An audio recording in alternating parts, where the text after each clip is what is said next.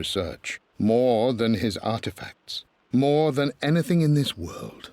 Storms pass, and tomorrow will be clear and blue again. When you have finished, please leave the tray outside. Be well. Yours, Winston.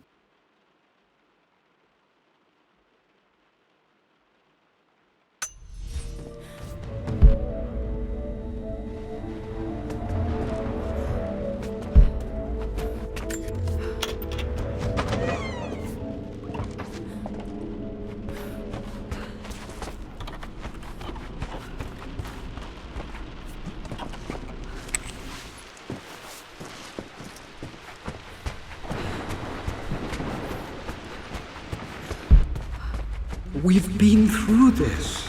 Was Mum's room in here?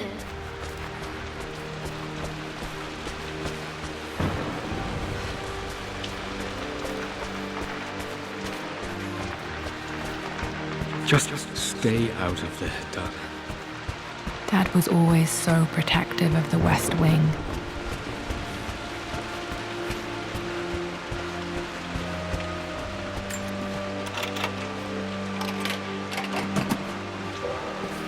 The Croft family crest.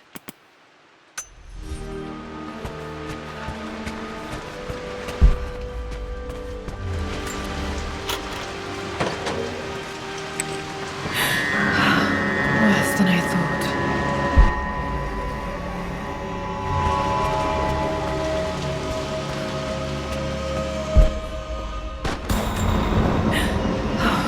Okay, Laura, keep it together. You're starting to see things. Mum's atelier. Dad sealed it soon after she died. He probably couldn't bear the idea of removing any of her belongings. My lord, we all hope your work was well received at the conference and look forward to your return. As is so often the case with these missives, I wanted to call your attention to an incident involving our little angel. It seems that Lara has been the subject of some ridicule amongst the other girls at school. From what I can gather, some of the other young ladies were teasing her for being too much of a tomboy. You know how Lara can get when pushed into a corner. Let's just say they won't be bothering her again. But I do think their words have had an effect. I believe Lara has been missing her mother lately. She's begun to worry that she isn't like the other girls. And having grown up with only a father, it shouldn't come as a surprise that she has trouble relating to them. I wonder if this new friend of yours, Anna, is it? Perhaps she might prove a welcome influence. It might be worth bringing her to the manor to meet Lara. In any case, I'll let you decide the proper time to do that. Please travel home safely. Yours, Winston.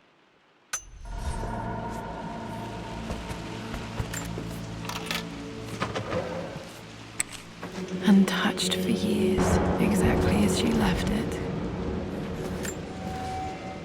I stood up to my family's criticism, stood in defence of Richard and our love. But as my new life began in Croft Manor, doubt set in. How could love flourish in these cavernous halls and endless passageways? Had I made a terrible mistake? I have never been more delighted to be wrong. Richard welcomed me to the manor, my new home, with a game. It was a clue, written in jumbled words from 5 different languages, but it pointed the way forward. The next clue was a seemingly blank piece of parchment in the kitchen, where the heat of a candle revealed a message written in lemon juice. I followed each step, grinning like a child as I solved his riddles and chased the trail to its end. A white cloth stretched out on the lawn where a picnic was laid out. We laughed and ate, and my doubt vanished with the last of the morning mist. Love can and will endure.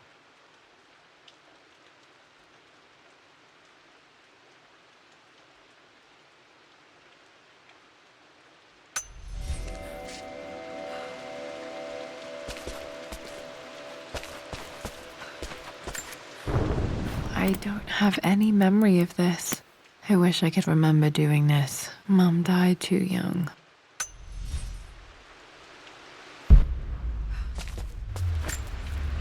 Mum with me as a baby. I've never seen this. Hard to believe I was ever that small.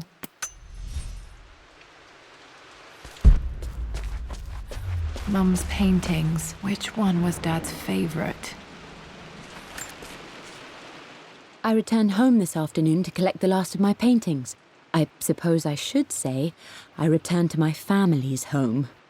Atlas was there, in one of his foul moods, and even as he dripped venom for Richard with his cruel barbs, I could only laugh. To think that I once listened to my bitter brother in matters of my own happiness. My dismissal only served to infuriate him more. I left him there in Father's study, muttering to himself. On the drive back, as Winston took a longer route through the country, I looked through my paintings, Richard's favourite one among them, a simple abstract with blocks of red. I smiled, thinking about giving it to him. I was happy, and I was going home.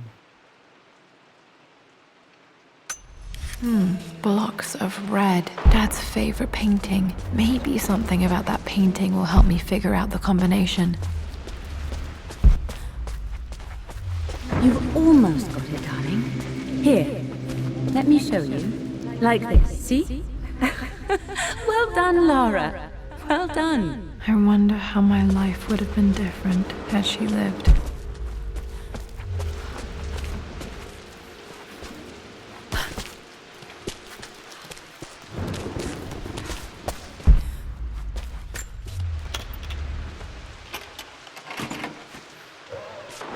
This was for a show in London of Mum's work.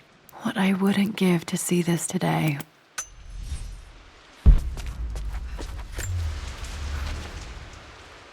Lara arrived tonight, though not without a bit of drama, but all is well. She's a healthy, beautiful baby. I've never seen Richard so happy. I'm sure he'll be celebrating with his favourite whiskey tonight. It's calm and peaceful now. Just the gentle sound of the rain and the small, sleeping breaths of this new life I hold in my arms. Lara Croft, my darling daughter. It's hard to put into words this feeling I have. We share a connection, something I never expected. A love so powerful and pure. Someday you'll feel it too. No matter where you go or where you find your place in this world, we will always have this connection.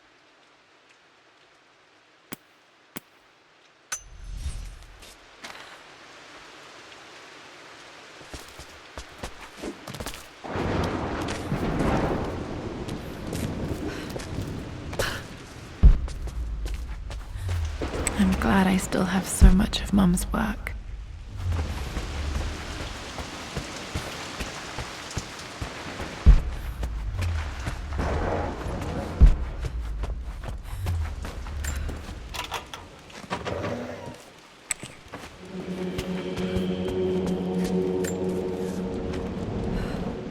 I believe it took this trip to push me over the edge.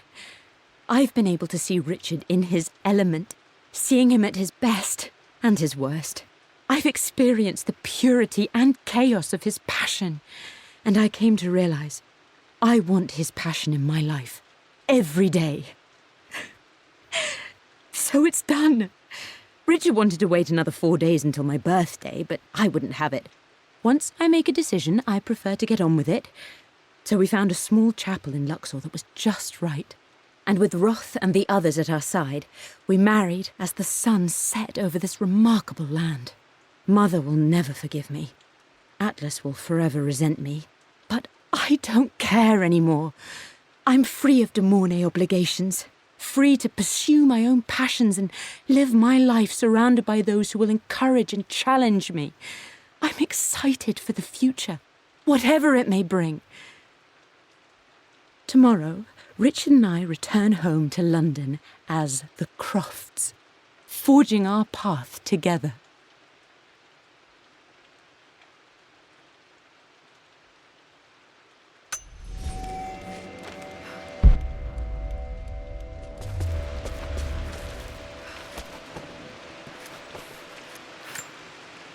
My mother's perfume. The smell. So familiar, I can almost remember her.